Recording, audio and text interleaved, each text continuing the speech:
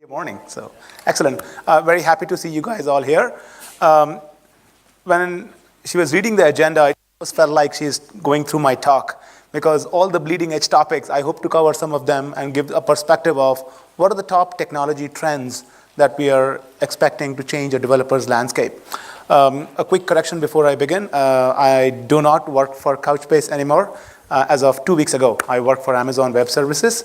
So I just want to make that quick correction here. This talk that I'm giving, though, is what is my perspective. It's nothing related to what Amazon thinks. It's my personal personal thought process here. All right, so let's get rolling.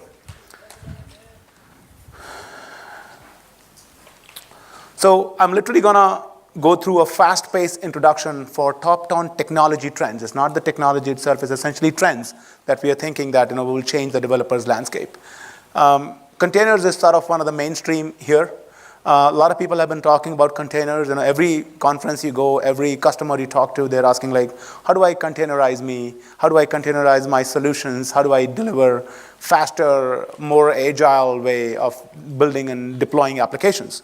So the first thing that we're going to talk about is containers. So what is it about containerization that makes it so hot?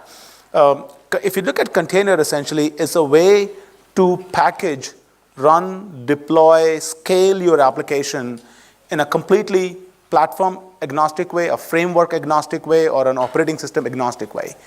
Essentially, you take your image, you build, you take your application, you package it as a Docker image.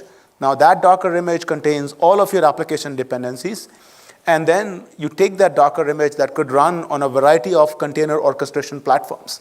It is completely independent of what operating system you are using, what cloud you are using. You could run, for example, Docker on Amazon. You can run it on other clouds as well.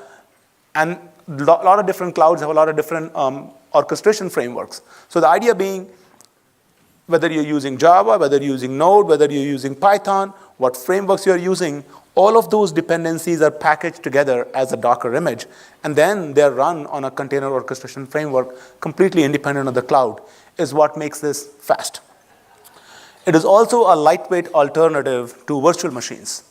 In the sense, if you, like I have a MacBook here. On a MacBook, if I run VirtualBox, with VirtualBox, I could run 2, 3, maybe 4 virtual machines concurrently. It's a pretty decent MacBook. So with a 16 gigabyte laptop, I could run 3, 4 virtual machines. But because I'm running as a Docker container, if I'm running Docker containers, I could easily run up to 50 Docker containers on my Docker machine, on my MacBook here very easily. And that's sort of the beauty of this.